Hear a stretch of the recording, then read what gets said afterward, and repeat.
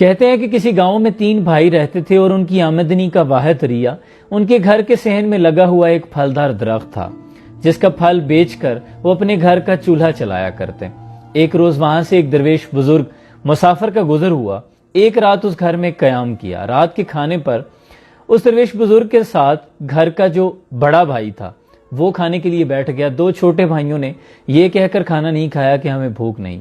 اس طرح مہمان نے سیر ہو کر کھانا کھا لیا اور کھانے کی کمی کا بھرم بھی رہ گیا۔ اب جب وہ سو گئے تو وہ بزرگ اٹھے اور آری لے کر اس درخت کو کاٹ دیا اور اپنی منزل کی طرف نکل گئے۔ صبح تو اس گھر میں جیسے کوہرام ہی مچ گیا۔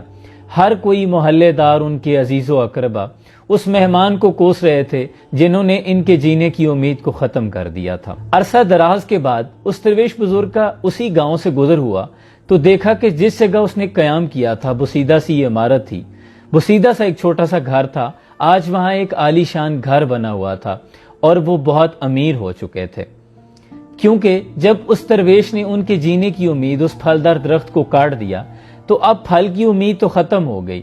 تو پھر ان بھائیوں نے جینے کے لیے اور اسباب تلاش کرنا شروع کر دیے، اور اس طرح اللہ نے ان کے جو تجارت، جو کام شروع کیا تھا اس میں برکت عطا کر دی اور وہ بہت امیر ہو گئے۔ ہم پر بھی ہماری زندگی میں جب کوئی اسباب کا دروازہ بند کر دیا جاتا ہے، ہم سمجھتے ہیں کہ زندگی ختم ہو گئی ہے، اور یوں لگتا ہے کہ جیسے اب اس کے بعد ہمارے لیے جینے کی کوئی امید نہیں رہ گئی۔ لیکن ہم یہ نہیں سمجھتے کہ ہو سکتا ہے قدرت کی طرف یہ کسی نئے سفر کے آغاز کا اشارہ ہو۔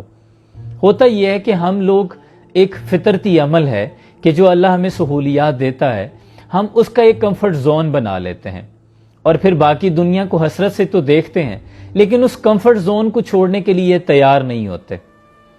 ہمارا اس کمفرٹ زون سے نکلنا کامیابی کی طرف سفر بھی ہو سکتا ہے۔ اس لیے اگر زندگی میں کبھی کوئی ایک دروازہ بند ہو تو امید رکھنا کہ آپ کا رب تو وہ ہے جو مخرج بنانے پر قدرت رکھتا ہے، راستہ وہ بنائے گا، اسباب کیسے پیدا ہوں گے وہ اس پر چھوڑ دیں۔ آپ اپنی جستجو اور محنت جاری رکھیں۔ اللہ کریم آسانیاں حاصل اور تقسیم کرنے کا شرف عطا فرمائے۔ سلام پہنچے۔